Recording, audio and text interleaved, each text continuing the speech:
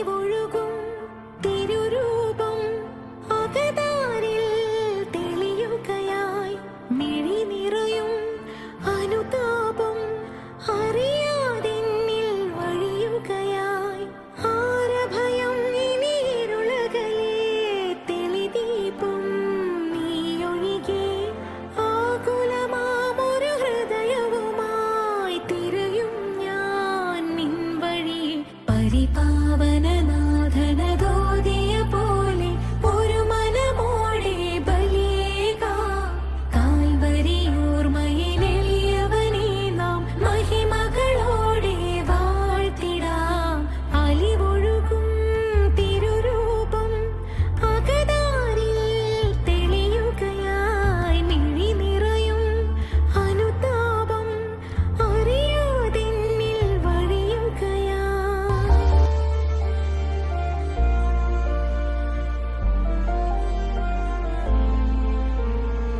വാനമേഘത്തിരമുകളിൽ ഒടുവിൽ നീ വരവാകുമ്പോൾ യോഗ്യയല്ലെന്നറിയുകയും ഒരു നേരം വിളിയോർത്തു ഞാൻ ഏവമെന്നെ കരുതിയിടാൻ ചോരവാർന്നോരുടയോനേ ഈഴയെന്നിൽ ഒരു നാളും കാണുകില്ലേ കുറവുകളെ അലിവൊഴുകും തിരുരൂപം അകതാരിൽ തെളിയുകയായി മിഴി നിറയും അനുതാപം അറിയാതെന്നിൽ വഴിയുകയായി പരിപാവനനാഥനദോദിയ പോലെ ഒരു മനമോടെ ബലിയേകാം കാൽവരിയോർമ്മയിലെളിയവനെ നാം മഹിമകളോടെ വാഴ്ത്തിടാം. എന്തു ഭംഗിയല്ലേ ഈ പിള്ളേരെ സ്റ്റേജിൽ പ്രോഗ്രാം അവതരിപ്പിക്കുന്നത് കാണാൻ. അമ്മമാര് തീരെ പുറകിലല്ലാട്ടോ, പിള്ളേരെ പോലെ തന്നെ നല്ല കട്ടയ്ക്ക് നിന്ന് ഡാൻസ് ചെയ്തിട്ടുണ്ട്. I really appreciate it. A round of applause for all of them. പക്ഷേ എന്താണെന്നറിയില്ല, പലരുടെയും മുഖം കണ്ടാലറിയാം നിങ്ങൾക്ക് ഒത്തിരി ചോദ്യങ്ങളുണ്ടെന്ന്. ഓക്കെ, ചോദിച്ചോളൂ. അച്ഛാ, നമ്മുടെ ചുറ്റുപാടിൽ ഇത്ര മോശ സംഭവങ്ങൾ നടക്കുമ്പോൾ എന്താണ് നമ്മൾ ഇത്തരം പ്രോഗ്രാംസിൽ നിന്ന് മനസ്സിലാക്കേണ്ടത്? That's A very valid question. വേറെ ആർക്കെങ്കിലും ഇതുപോലെ ക്വസ്റ്റ്യൻസ് ഉണ്ടോ? Acha, is the current war that's happening relevant to the scriptures? അതായത് പുരാണങ്ങളിൽ ഇതിനെപ്പറ്റി എന്തെങ്കിലും പരാമർശമുണ്ടോ എന്നല്ലേ? അണ്ടർസ്റ്റുഡ്. അടുത്ത ചോദ്യം. ആ, വർഗീസേട്ടാ ചോദിച്ചോ. എനിക്കും കുറേ ചോദ്യങ്ങളൊക്കെ ഉണ്ട് അച്ഛാ. പക്ഷേ എവിടെ പോയിട്ടാണ് ഇതിനൊക്കെ ഒരു ഉത്തരം കിട്ടുകയെന്ന് എനിക്കറിഞ്ഞുകൂടാ. ഓക്കെ, അപ്പം നമുക്ക് 3 തരം ചോദ്യങ്ങളാണുള്ളത് കേട്ടോ. ഒരു റിഫ്ലക്റ്റീവ്, ഒരു പ്രാക്ടിക്കൽ, പിന്നെ ഒരു സർക്കാസ്റ്റിക് ക്വസ്റ്റ്യൻ. അതായത് ഒരു ചിന്തിപ്പിക്കുന്ന ചോദ്യം, ഒരു പ്രായോഗിക ചോദ്യം, പിന്നെ ഒരു പരിഹാസ ചോദ്യം. ഓക്കെ, ഞാനിവിടെ ഒരു സ്കിറ്റ് അവതരിപ്പിക്കാം. അതിൻ്റെ അവസാനം നിങ്ങളുടെ 100% പ്രസക്തിയുള്ള ചോദ്യങ്ങൾക്ക് മറുപടി കിട്ടിയിരിക്കും, ഉറപ്പ്. നമ്മളെവിടെ വെച്ച് കണ്ടു നിർത്തിയോ അവിടുന്ന് തന്നെ നമുക്ക് തുടരാം. വർത്തമാനകാലത്തെക്കുറിച്ച് മനസ്സിലാക്കാൻ നമ്മൾ ആദ്യം ഭൂതകാലത്തെ പുനരവലോകനം ചെയ്യണം. ആ സംഭവങ്ങൾ മനസ്സിലാക്കിയാലേ നമ്മൾ എങ്ങനെ ഇവിടെ എത്തിയെന്നും ഇനി എങ്ങോട്ട് പോകണമെന്നും അറിയാൻ കഴിയൂ.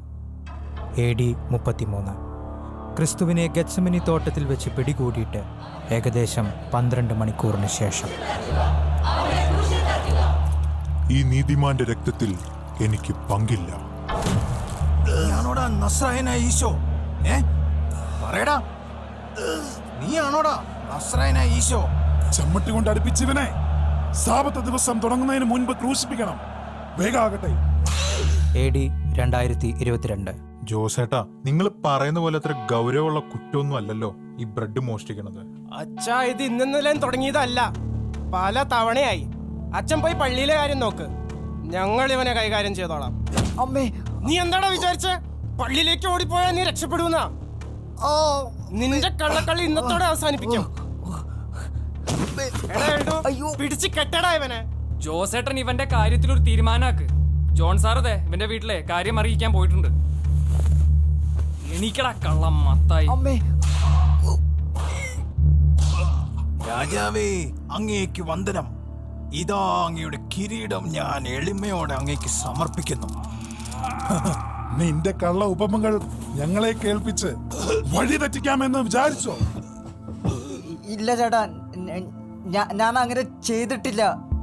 നീ ഇതല്ല ഇതിനപ്പുറവും ചെയ്യും. ചേട്ടാ, ഞാൻ പൈസ വെച്ചിട്ട് തന്നെ ബ്രെഡ് എടുത്ത്, ഞാൻ കട്ടിട്ടില്ല. ജോസേട്ടൻ സംസാരിച്ച് നിൽക്കാണ്ട് രണ്ടെണ്ണം പൊട്ടിക്ക്. എല്ലാം പുഷ്പം പോലെ അവൻ പറഞ്ഞോളും.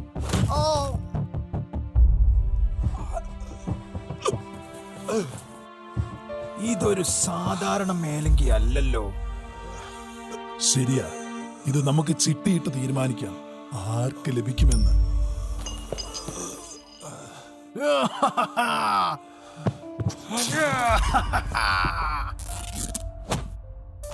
ഇതൊരു സാധാരണ ബ്ലോഗ് അല്ല ഫ്രണ്ട്സ്. ഞാൻ നിങ്ങളുടെ സ്വന്തം പോത്തൻ വാവ. ഇതാ ഇവിടെ ഒരു കലാപം നിങ്ങൾക്കായി പ്രദർശിപ്പിക്കുകയാണ്. വരൂ, നമുക്ക് എന്താണെന്ന് നേരിട്ട് ചോദിക്കാം. ചേട്ടാ, എന്താണ് ഇവിടെ സംഭവം? കള്ളനെ പിടിച്ചതാ. അപ്പോ പോലീസിനെ വിളിച്ചില്ലേ? അതെ, ഇതൊരു നാട്ടുപ്രദേശ. ഇവിടുത്തെ ന്യായവും കോടതിയും ഞങ്ങളാ. ഓ, കള്ളന്മാരുടെ ശല്യം കേരളമെമ്പാടും കൂടി വരികയാണ്. എന്നാൽ നമ്മുടെ നാട്ടുകാർ പിടിച്ച് മാറ്റിയിടവനെ. മറ്റൊരു തല്ലുമാല.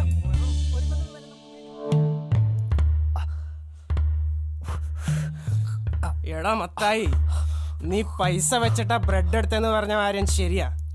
പക്ഷേ എൻ്റെ ഒരു പഴയ പകയുണ്ടായിരുന്നു.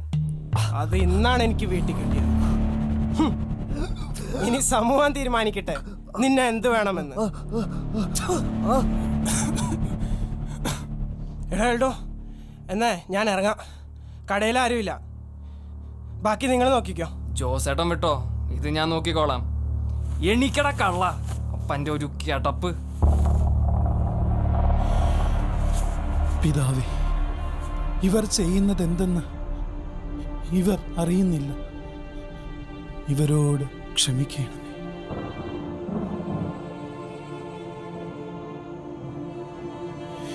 എനിക്ക് ദാഹിക്കുന്നു. വെള്ളം എടുത്തു കൊടുക്കടാ. അമ്മ, വെള്ളം കുടിക്കേ.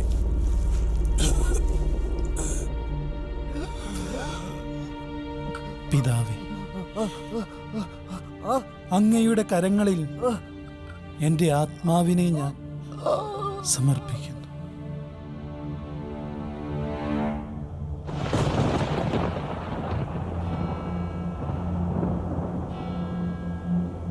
മോനെ, മോനെ, ജോൺ സാറേ, ഇവൻ എന്താ എണീക്കാത്ത?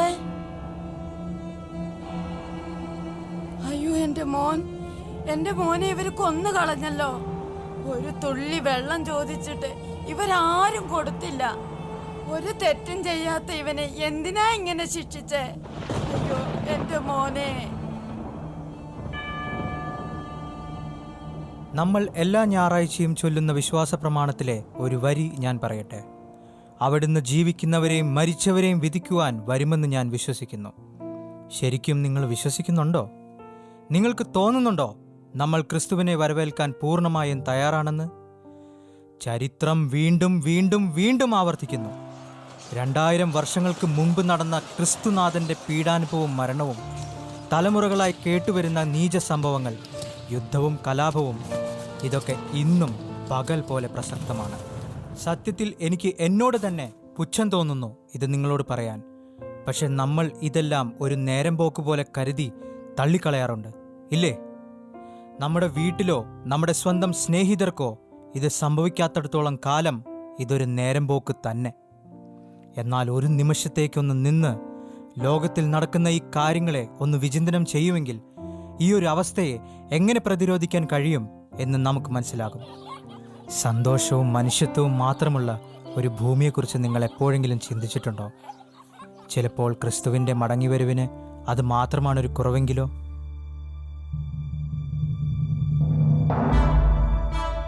ഞാനിവിടെ ആരെയും ചോദ്യം ചെയ്യാനല്ല. ഈ ചോദ്യങ്ങൾ 1000 തവണ 1000 വ്യക്തികൾ ചോദിച്ചതാണ്. എന്നാൽ ഈ ചോദ്യങ്ങൾക്കുള്ള ഉത്തരം നിങ്ങളുടെ ഇടയിൽ, നിങ്ങളുടെ വീടുകളിൽ, നിങ്ങളുടെ പള്ളിയിൽ, അല്ലെങ്കിൽ നിങ്ങളുടെ മനസ്സിൽ എപ്പോഴുമുണ്ടെന്ന് നിങ്ങൾ തിരിച്ചറിഞ്ഞില്ല. മനസ്സിലായില്ല അല്ലേ? നമ്മുടെ വിശുദ്ധ ഗ്രന്ഥം ബൈബിൾ നമ്മുടെ എല്ലാ ചോദ്യങ്ങൾക്കുള്ള ഉത്തരം ഈ ഗ്രന്ഥത്തിലുണ്ട്. നമുക്കെല്ലാവർക്കും ഒരു സമൂഹമെന്ന നിലയിൽ നമ്മുടെ രക്ഷകന്റെ വരവേൽപ്പിനായി സ്വയം ഒരുങ്ങാം.